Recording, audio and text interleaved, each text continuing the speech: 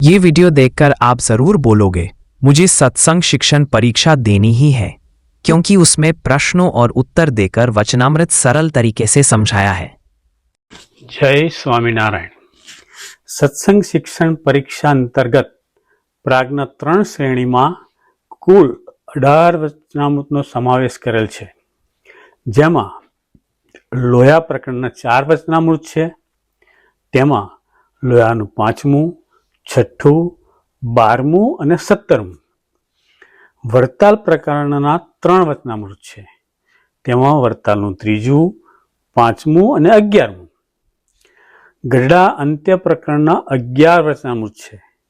તેમાં અંત્યનું 2જું, 7મું, 8મું, 9મું, 11મું, 12મું, 16મું, 21મું, 26મું, 38 અને 39 છે, જે અનુક્રમે આપણે અલગ અલગ વિડીયોમાં સમજવા પ્રયત્ન કરીશું.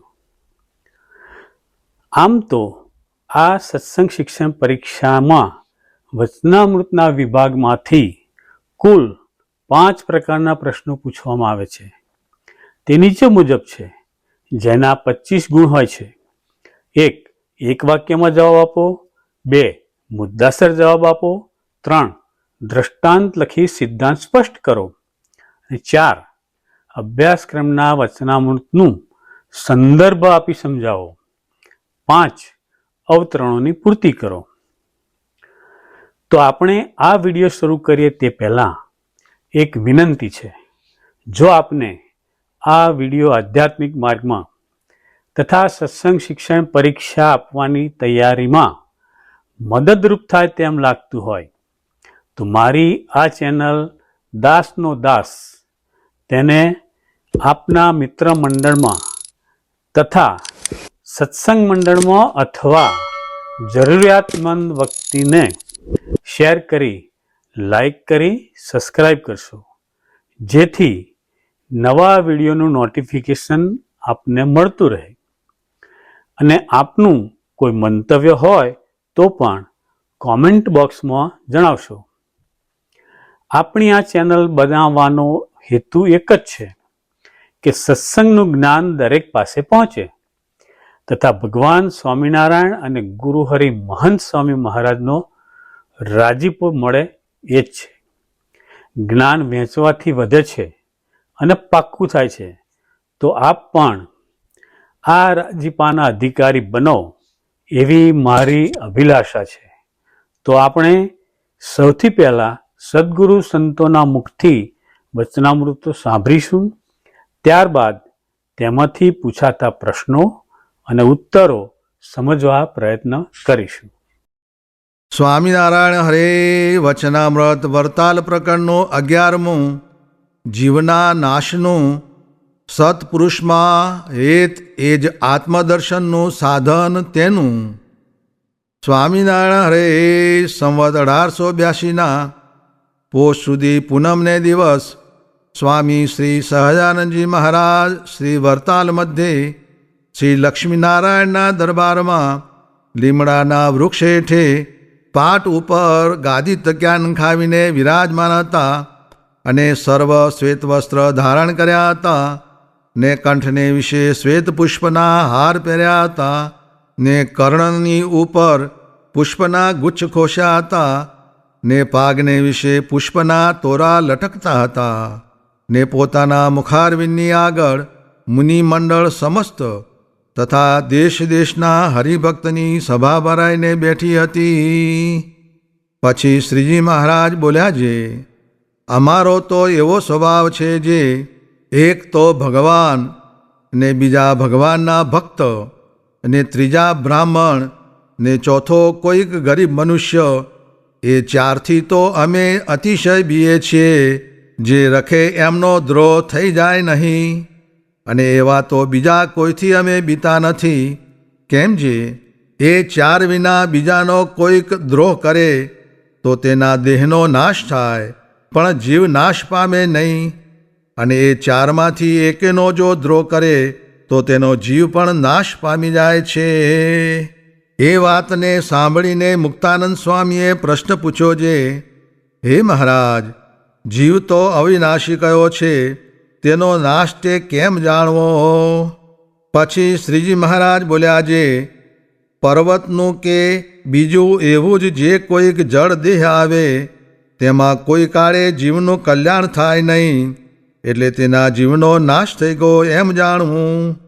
માટે જેને પોતાનું કલ્યાણ ઈચ્છવું તેને એ ચારમાંથી કોઈનો દ્રોહ ન કરવો. અને વળી ભગવાન કે ભગવાનના ભક્ત તે આગળ કોઈ પ્રકારે માન રાખવું નહીં. કેમ જે માન છે તે તો ક્રોધ, મત્સર, ઈર્ષ્યા ને દ્રોહ એનો આધાર છે. અને માની હોય તેની ભક્તિ પણ આસુરી કહેવાય. અને ભગવાનના ભક્તને જો બિવરાવતો હોય ને તે પ્રભુનો ભક્ત હોય તો પણ તેને અસુર જાણવો. અને અમારો તો એ સ્વભાવ છે જે બ્રાહ્મણનો ને ગરીબનો ને ભગવાનના ભક્તનો કોઈક દ્રોહ કરે તે તો અમને દીઠો જ ગમે નહીં. અને આ લોકમાં ને પરલોકમાં તેને ને અમારે સોબત રહેવાની નથી. એટલી વાર્તા કરીને પછી શ્રીજી મહારાજે 2 પદ ગવરાવ્યા, જે મારા હરજી શું હેત ન દિશે રે, તેને ઘેર સિદ્ધ જઈએ. એક તો એ, અને બીજું જે મારા વાલાજી શું વાલપ દિશે રે, તેનો સંગ કેમ તજીએ. અને પછી એ 2 પદ શીખ્યાની સત્સંગી માત્રને આજ્ઞા કરી ને એમ કહ્યું, જે એ 2 પદમાં વાર્તા છે તેની નિત્ય ગાયને સંભાળી રાખવી. એમ કહીને શ્રીજી મહારાજ શ્રી લક્ષ્મીનારાયણના મંદિર આગળ એક મંચ હતો તે ઉપર આવીને વિરાજમાન થયા. પછી ગોપાળાનંદ સ્વામીએ પૂછ્યું, જે આ સંસારને વિશે જે પંડિત છે તે શાસ્ત્ર પુરાણ સર્વે વાંચે છે, પણ તેને ભગવાનનો ને સંતનો જેમ છે તેમ મહિમા કેમ સમજાતો નથી? પછી શ્રીજી મહારાજ બોલ્યા, જે શાસ્ત્ર પુરાણ વાંચે છે તો ખરા, પણ એને ભગવાનનો આશરો નથી. માટે કામ, ક્રોધ, લોભ, ઈર્ષ્યા, મત્સર તેણે એના જીવને હરવી નાખ્યો છે. અને કામાદિક જે શત્રુ તેને કોઈ કાળે માથું ઉપાડવા દેતા નથી. પછી તે પંડિત પોતાની પેઠે જ ભગવાન ને ભગવાનના સંતને સમજે, જે જેમ અમારા કામાદિક શત્રુ કોઈ કાળે નિવૃત્તિ પામતા નથી, તેમ એના પણ કામાદિક શત્રુ નિવૃત્તિ નહીં પામતા હોય, એમ ભગવાન ને ભગવાનના સંતને વિશે દોષ સમજે. માટે શાસ્ત્ર પુરાણ વાંચે, પણ એને ભગવાન કે ભગવાનના સંતનું જેમ છે તેમ યથાર્થ મહાત્મ્ય સમજાતું નથી. પછી શ્રીજી મહારાજે દીનાનાથ ભટ્ટ તથા મુનિમંડળ સમસ્ત પ્રત્યે પ્રશ્ન પૂછ્યો, જે બ્રહ્મ સ્વરૂપ એવા જે સત્પુરુષ તે તો 3 શરીર ને 3 અવસ્થા તે થકી પર વર્તતા હોય, અને 14 ઇન્દ્રિયોની ક્રિયા તે પોતાને વિશે એકે માનતા ન હોય, તેને અજ્ઞાની જીવ છે તે ઓળખી શકે નહીં. અને જ્યારે એને મોટા પુરુષના સરખી સ્થિતિ થાય ત્યારે મોટા પુરુષ જેમ વર્તે છે તે સત્ય મનાય. અને જ્યાં સુધી એ સત્પુરુષનો મહિમા એને ન જણાય ત્યાં સુધી બ્રહ્મ સ્વરૂપને વિશે સ્થિતિ પણ ન થાય, ને આત્માને વિશે સ્થિતિ થયા વિના સત્પુરુષનો મહિમા પણ ન જણાય. માટે પરસ્પર વિરોધ આવ્યો, તે વિરોધ ટળે તે ઉપાય કહો. પછી જેની જેવી નજર પૂગી તેણે તેવો ઉત્તર કર્યો, પણ એ પ્રશ્નનું સમાધાન થયું નહીં. પછી શ્રીજી મહારાજ બોલ્યા, જે લ્યો અમે ઉત્તર કરીએ. એનો ઉત્તર તો એ છે, જે પૃથ્વીને વિશે જે ભગવાનનો અવતાર તેને મળેલા જે સંત તે સંગાથે જ્યારે એને અતિશય પ્રીતિ થાય ત્યારે એ સત્પુરુષને વિશે એને કોઈ પ્રકારે દોષ ભાસે નહીં. અને જેને જે સંગાથે દ્રઢ હેત હોય તેને તેનો અવગુણ કોઈ પ્રકારે આવે જ નહીં. અને તેના વચન પણ સત્ય મનાય. એવી રીતે લૌકિક માર્ગમાં પણ રીતિ છે, અને કલ્યાણના માર્ગમાં પણ રીતિ છે. માટે સત્પુરુષને વિશે દ્રઢ પ્રીતિ એ જ આત્મદર્શનનું સાધન છે અને સત્પુરુષનો મહિમા જાણ્યાનું પણ એ જ સાધન છે અને પરમેશ્વરનું સાક્ષાત દર્શન થવાનું પણ એ જ સાધન છે. ઇતિ વચનામૃતમ. એ રીતે વરતાલ પ્રકરણનું 11મું વચનામૃત જે તે થયું. પ્રથમ પ્રશ્નમાં એક સંપૂર્ણ વાક્યમાં જવાબ લખવાના હોય છે. તેમાં 4 પ્રશ્નો પૂછવામાં આવે છે. દરેકનો એક ગુણ હોય છે. તો આ વચનામૃતમાંથી કેવા પ્રશ્ન પૂછી શકાય તે જોઈએ. પ્રશ્ન 1. વરતાલ 11 પ્રમાણે અવિનાશી જીવનો નાશ કેવી રીતે થાય છે? જવાબ. વરતાલ 11 પ્રમાણે પર્વતનું કે બીજું એવું જ જે કોઈ જળ દેહ આવે તેમાં કોઈ કાળે જીવનું કલ્યાણ થાય નહીં, એટલે એના જીવનો નાશ થઈ ગયો એમ જાણવું. પ્રશ્ન 2.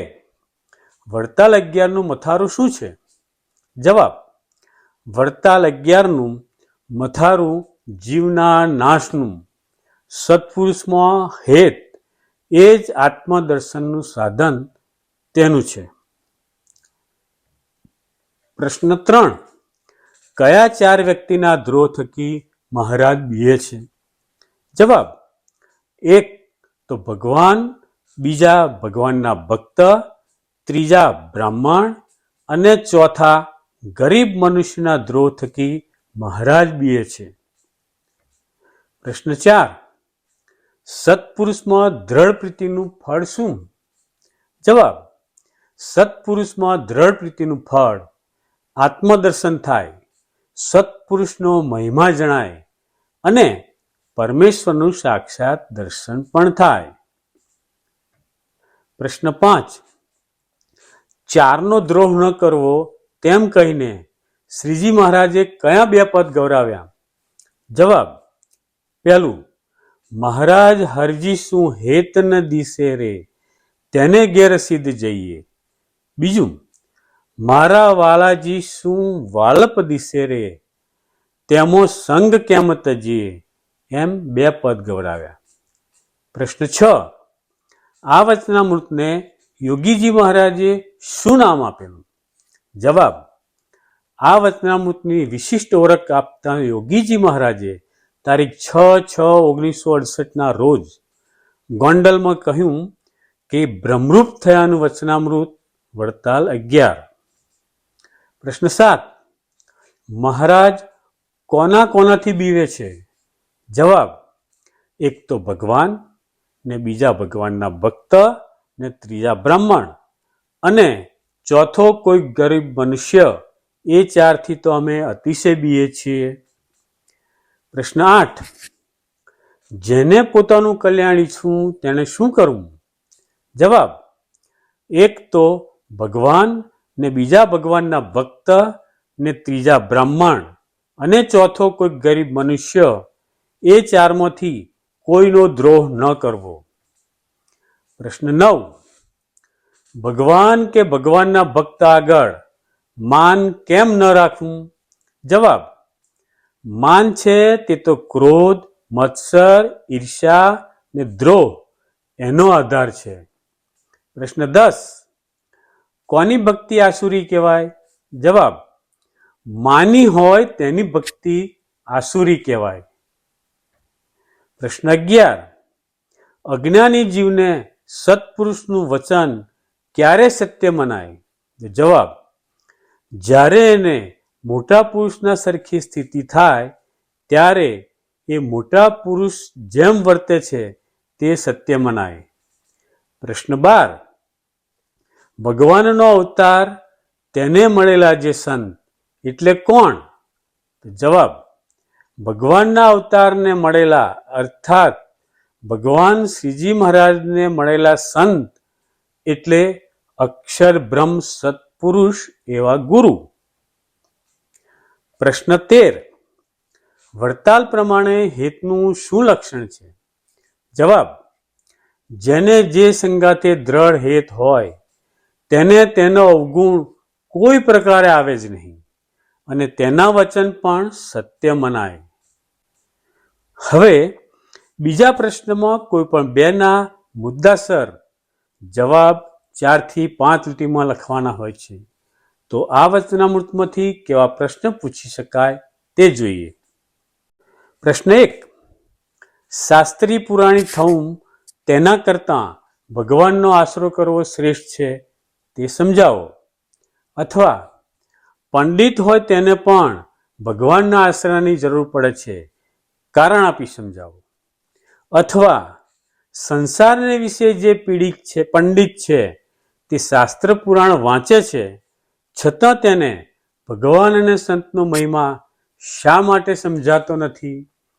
જવાબ છે, શાસ્ત્ર પુરાણ વાંચે છે તો ખરા, પણ એને ભગવાનનો આશરો નથી. માટે કામ, ક્રોધ, લોભ, ઈર્ષ્યા, મત્સર તેણે એના જીવને હરવી નાખ્યો છે. અને કામાદિક જે શત્રુ તે એને કોઈ કાળે માથું ઉપાડવા દેતા નથી. પછી તે પંડિત પોતાની પેઠે જ ભગવાન અને ભગવાનના સંતને સમજે છે. જેમ અમારા કામાદિક શત્રુ નિવૃત્ત નહીં પામતા હોય, એમ ભગવાન અને ભગવાનના સંતને વિશે દોષ સમજે. માટે શાસ્ત્ર પુરાણ વાંચે પણ એને ભગવાન કે ભગવાનના સંતનું જેમ છે તેમ યથાર્થ મહાત્મ્ય સમજાતું નથી. પ્રશ્ન 2. જીવનો નાશ કેમ થાય? જવાબ.